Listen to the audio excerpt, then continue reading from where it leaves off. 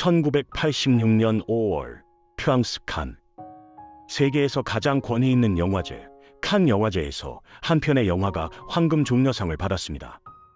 영화 미션.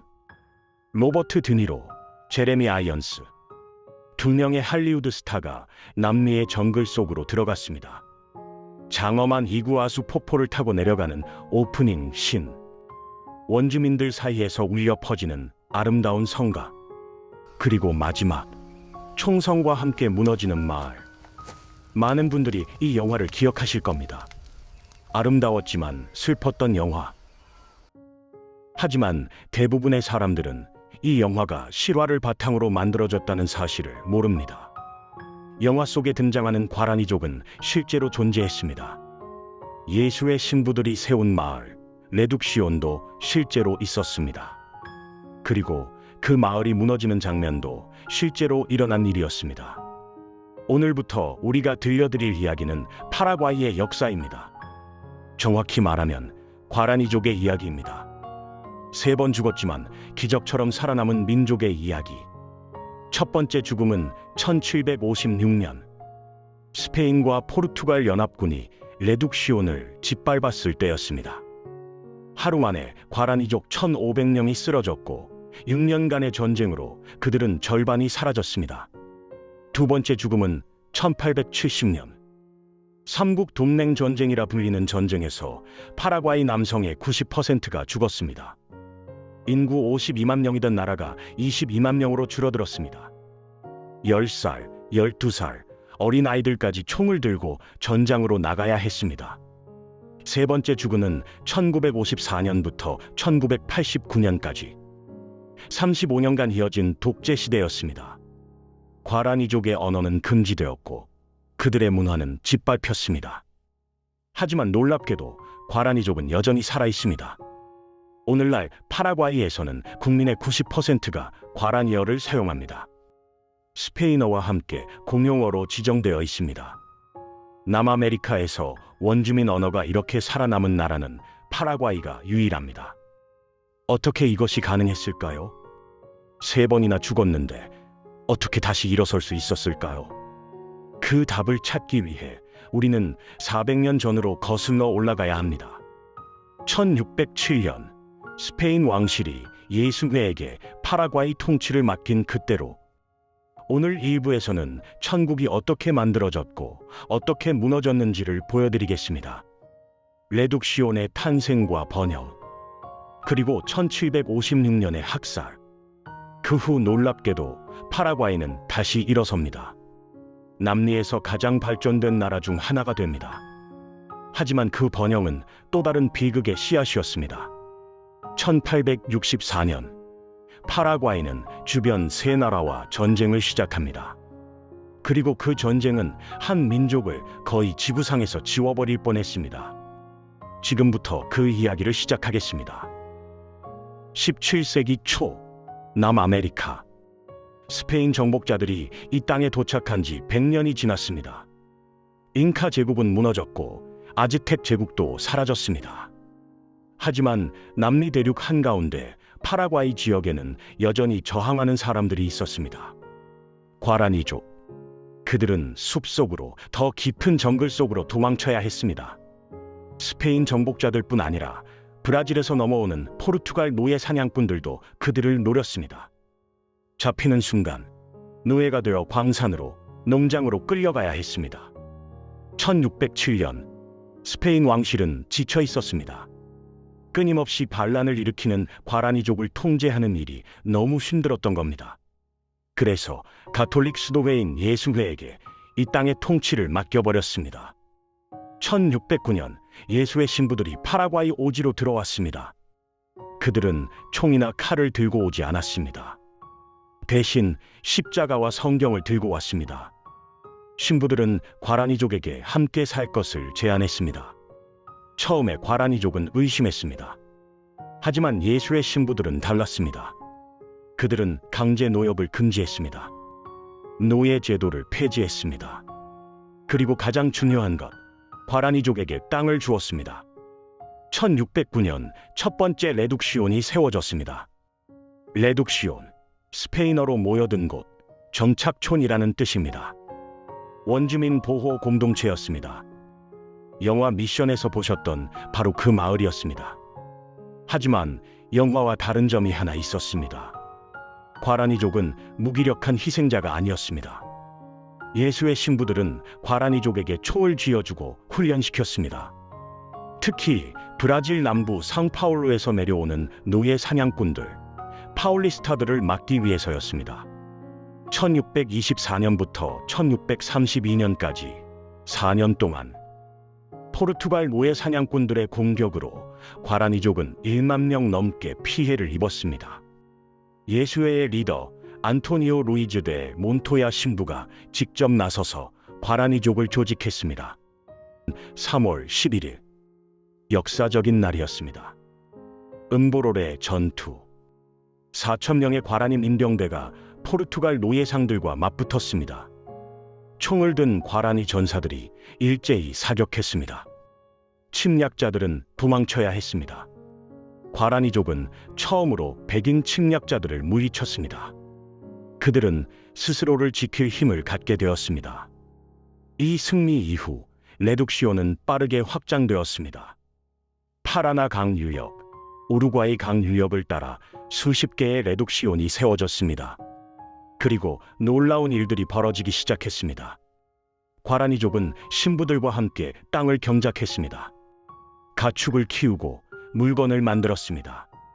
특히 마테차, 파라과이의 전통 차인 마테를 재배해 유럽으로 수출하기 시작했습니다. 돈이 들어왔습니다. 레둑시오는 점점 부유해졌습니다. 학교가 세워졌습니다. 과라니 아이들은 읽고 쓰는 법을 배웠습니다. 음악을 배웠습니다. 목공, 석공, 금속 가공 기술을 배웠습니다. 성당이 지어졌습니다. 그 안에서 과라니족이 만든 악기로 과라니족이 연주하는 음악이 울려 퍼졌습니다. 남미의 다른 어느 곳에서도 볼 수 없는 광경이었습니다. 원주민이 노예가 아니라 시민으로 사는 마을. 백인과 원주민이 함께 일하고 함께 기도하는 공동체. 스페인 식민지 역사상 거의 유일한 예외였습니다. 150년. 예수회와 과라니족은 함께 살았습니다. 레둑시오는 번영했습니다. 국제무역으로 부를 쌓았습니다. 인구도 늘어났습니다. 7개의 주요 레둑시온에만 2만 6천 명이 넘는 과라니족이 살았습니다.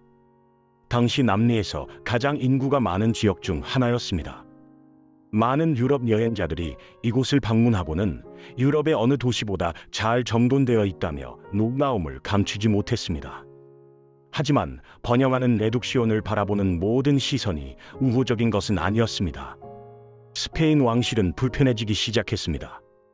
너무 독립적으로 성장하는 이 공동체가, 너무 부유해지는 이 원주민들이 왕실의 통제를 벗어나고 있었습니다.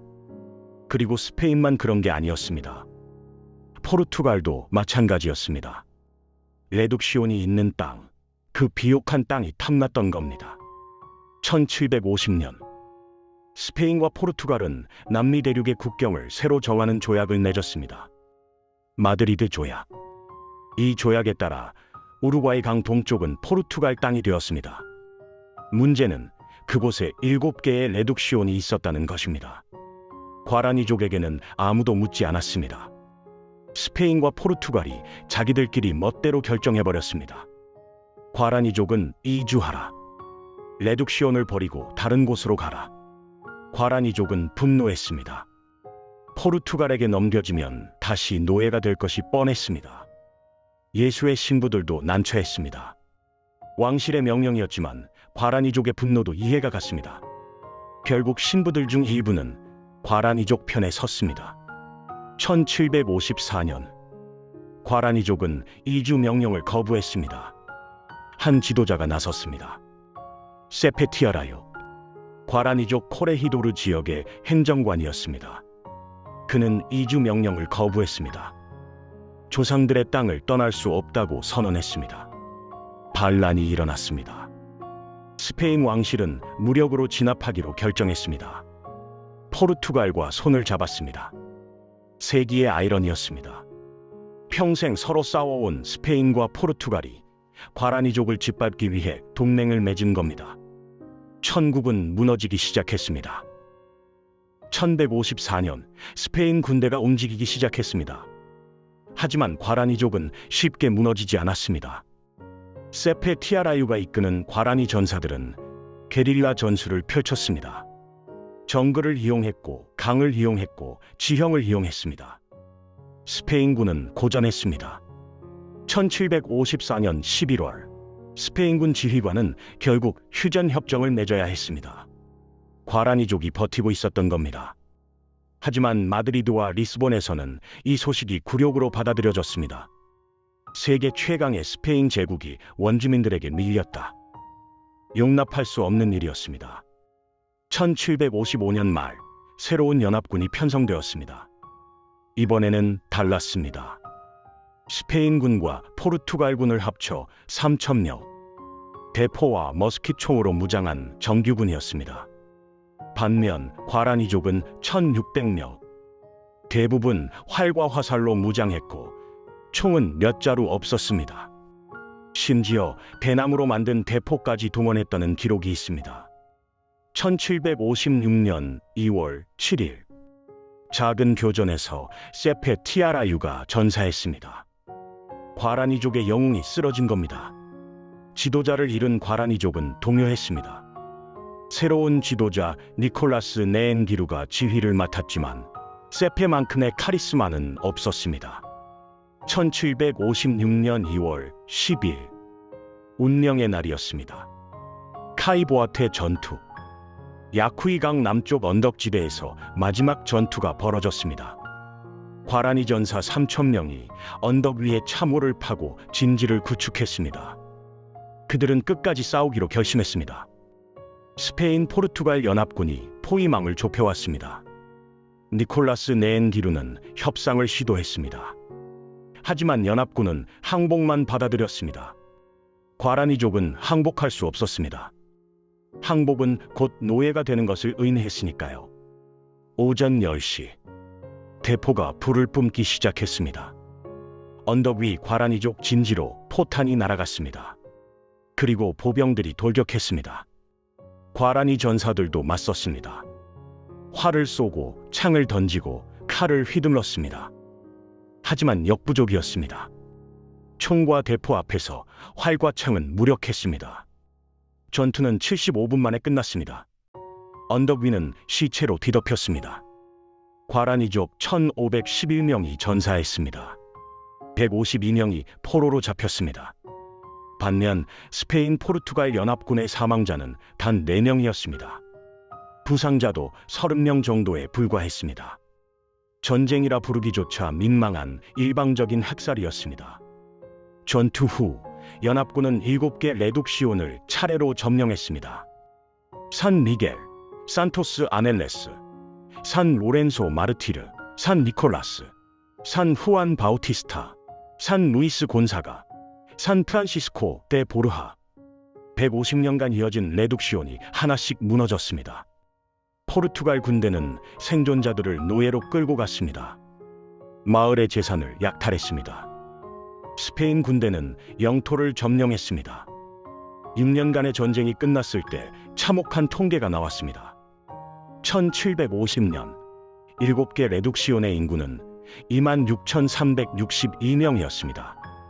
1756년 생존자는 14,284명이었습니다.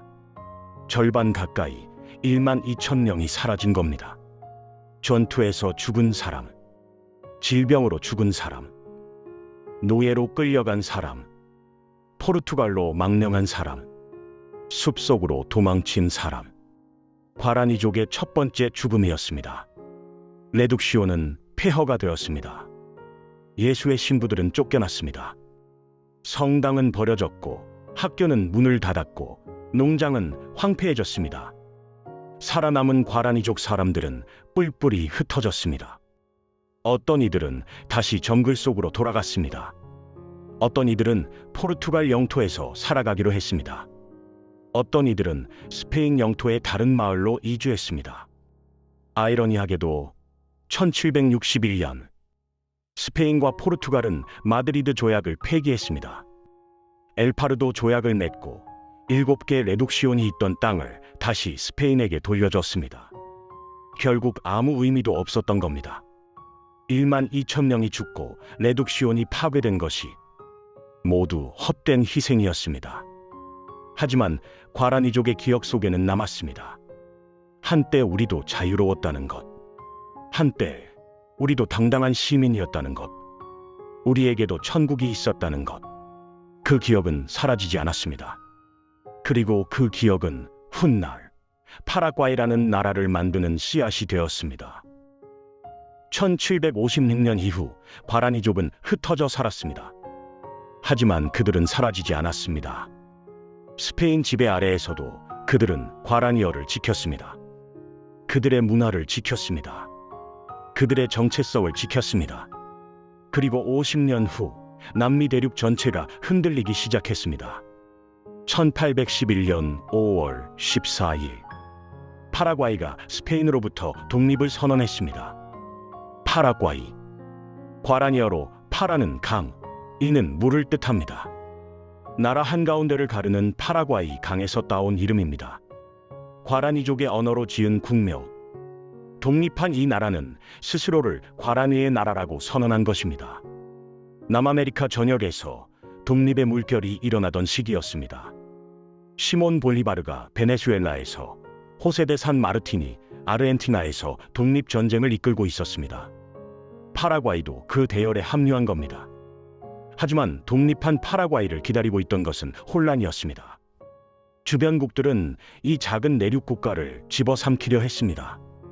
브라질은 북쪽에서, 아르헨티나는 남쪽에서 압박했습니다.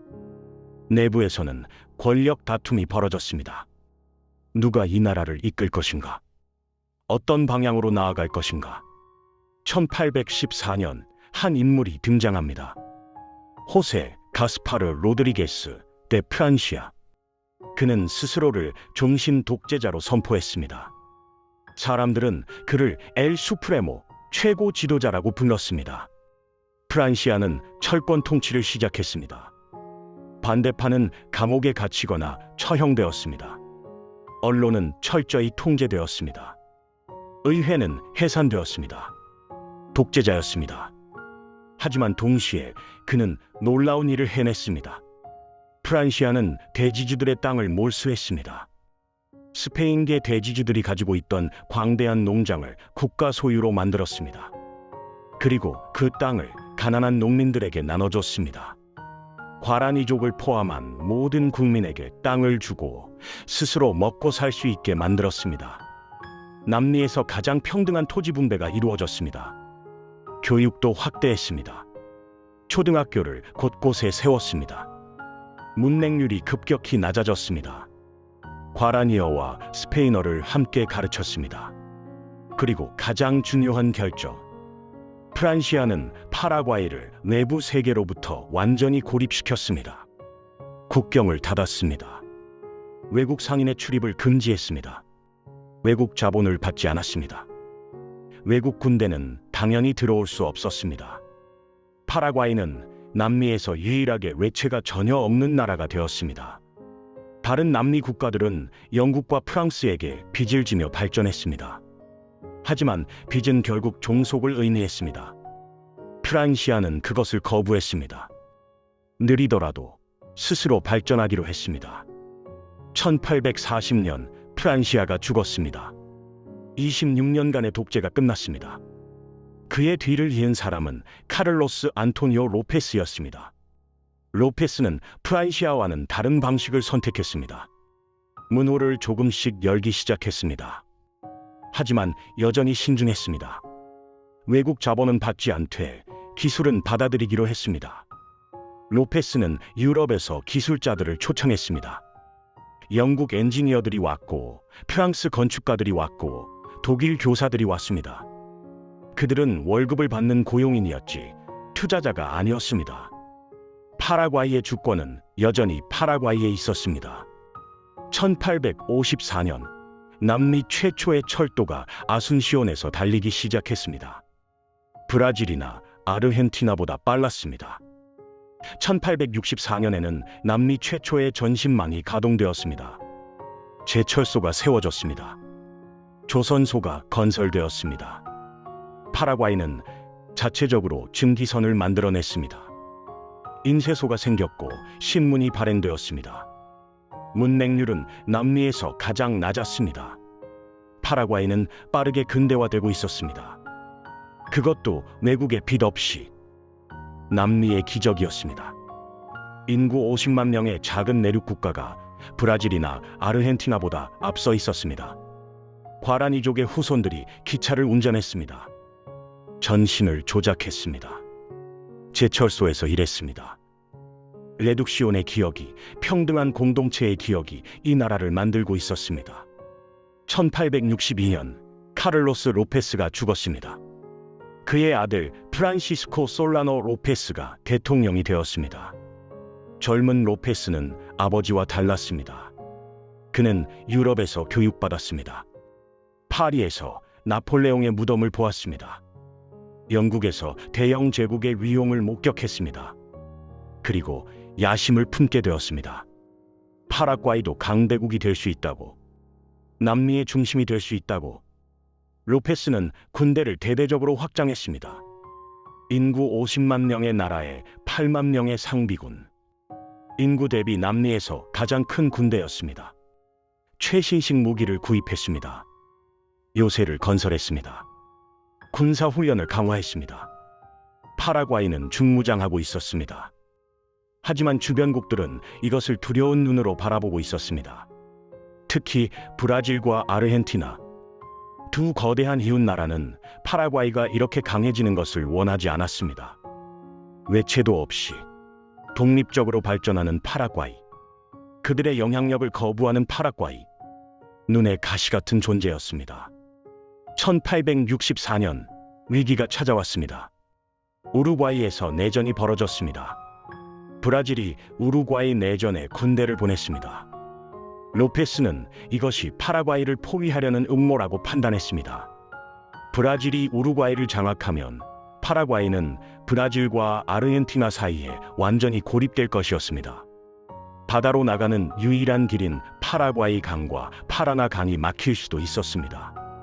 로페스는 결단을 내렸습니다. 1864년 11월, 파라과이는 브라질 선박을 납포했습니다. 12월, 브라질에 선전포고했습니다. 그리고 즉시 브라질 북부의 마토그로소주를 공격했습니다. 하지만 로페스의 진짜 목표는 우루과이를 지원하는 것이었습니다. 문제는 파라과이와 우루과이는 직접 국경을 접하지 않았다는 것입니다. 그 사이에 아르헨티나가 있었습니다. 1865년 1월, 로페스는 아르헨티나에 요청했습니다. 2만 명의 군대가 아르헨티나 코리엔테스 주를 통과해 우루과이로 가게 해달라고. 아르헨티나 대통령 바르톨로메 미트에는 거절했습니다. 로페스는 분노했습니다. 1865년 4월, 파라과이는 아르헨티나 영토도 침공했습니다. 파라과이는 이제 브라질과 아르헨티나 두 거대 국가를 동시에 적으로 만든 것입니다. 그리고 우루과이마저 브라질 편에 섰습니다.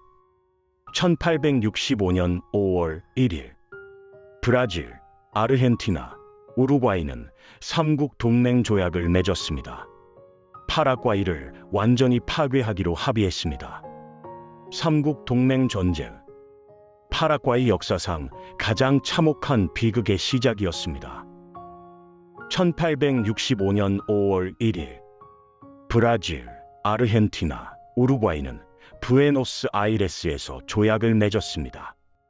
삼국 동맹 조약, 파라과이를 완전히 파괴하기로 합의한 조약이었습니다.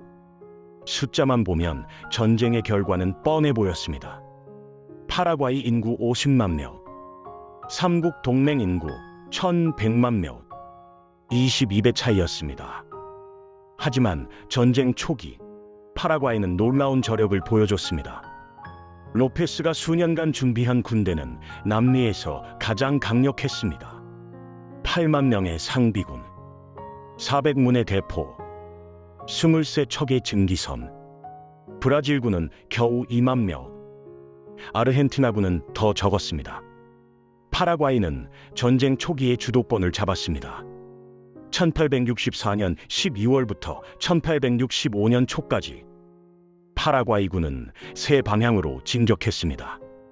북쪽으로는 브라질, 마토그로소주를 점령했습니다.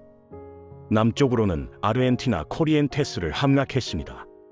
동쪽으로는 브라질 리우그란데 두술까지 밀고 내려갔습니다. 파라과이군은 승승장구했습니다. 브라질과 아르헨티나는 당황했습니다. 이 작은 내륙 국가가 이렇게 강할 줄은 몰랐던 겁니다. 하지만 삼국 동맹도 가만히 있지 않았습니다. 브라질은 전국에서 병력을 모집했습니다. 조국 자원군이라는 이름으로 수만 명이 모여들었습니다. 아르헨티나 대통령 바르톨로메 미트레가 연합군 총사령관이 되었습니다. 브라질 황제 페드로 2세도 직접 전선을 시찰했습니다. 삼국 동맹은 천천히, 하지만 확실하게 병력을 증강하고 있었습니다. 1865년 6월 11일 리아추엘로 해전, 파라과이 강과 파라나 강이 만나는 지점에서 해전이 벌어졌습니다. 브라질 해군이 파라과이 함대를 격파했습니다. 파라과이는 강의 통제권을 잃었습니다. 이것은 치명적이었습니다. 내륙 국가인 파라과이에게 강은 생명줄이었습니다. 보급로였고 교통로였습니다. 강을 잃는다는 것은 고립된다는 것을 의미했습니다. 1865년 9월 파라과이군은 아르헨티나와 브라질 영토에서 서서히 후퇴하기 시작했습니다. 병력은 충분했지만 보급이 끊겼습니다. 탄약이 떨어지고 식량이 부족해졌습니다. 삼국 동맹군은 숫자로 압도하기 시작했습니다. 처음에는 파라과이군보다 적었던 연합군이 이제는 10만 명을 넘어섰습니다. 1866년 1월 삼국 동맹군은 파라과이 강을 봉쇄했습니다. 파라과이는 완전히 고립되었습니다. 바다로 나가는 길이 막혔습니다. 외부 세계와의 연결이 끊어졌습니다. 그리고 1866년 봄 연합군이 마침내 파라과이 본토로 진군하기 시작했습니다. 남미 역사상 가장 참혹한 전쟁의 본격적인 시작이었습니다. 1609년 예수의 신부들이 과라니족과 함께 천국을 만들었습니다. 레둑시온. 150년간 평등과 번영의 공동체였습니다. 하지만 1756년 첫 번째 죽음이 찾아왔습니다. 스페인과 포르투갈 연합군이 레둑시온을 파괴했습니다. 1만 2천 명의 과라니족이 사라졌습니다. 그래도 과라니족은 살아남았습니다. 1811년 파라과이라는 이름으로 독립했습니다. 과라니의 나라. 매체 없이 스스로의 힘으로 근대화에 성공한 남미의 기적이었습니다. 하지만 1865년 두 번째 죽음이 시작되었습니다. 삼국 동맹 전쟁. 브라질, 아르헨티나, 우루과이가 파라과이를 포위했습니다. 인구 50만의 작은 나라가 인구 1100만의 거대 연합에 맞서 싸웠습니다. 1866년 봄 연합군이 파라과이 본토로 진격했습니다. 여기서부터 펼쳐질 이야기는 인류 역사상 가장 참혹한 전쟁 중 하나입니다. 튜유티 전투에서 1만 2천 명이 하루 만에 쓰러졌습니다. 그것은 시작에 불과했습니다. 10살, 12살 소년들이 총을 들고 전장으로 나갔습니다. 여성들이 남성 군복을 입고 싸웠습니다. 1870년 전쟁이 끝났을 때 파라과이 남성 인구의 90%가 사라져 있었습니다. 한 나라가 통째로 죽어간 겁니다. 하지만 이야기는 여기서 끝나지 않습니다. 과라니어는 살아남았습니다. 오늘날 파라과이 국민의 90%가 과라니어를 말합니다. 남미에서 유일하게 원주민 언어가 살아있는 나라. 3번의 죽음을 겪고도 과라니족은 살아남았습니다. 2부에서는 1866년부터 1870년까지 파라과이의 두 번째 죽음을 다룹니다. 튜유티 전투, 소년병들의 마지막 전투, 그리고 여성들의 재건.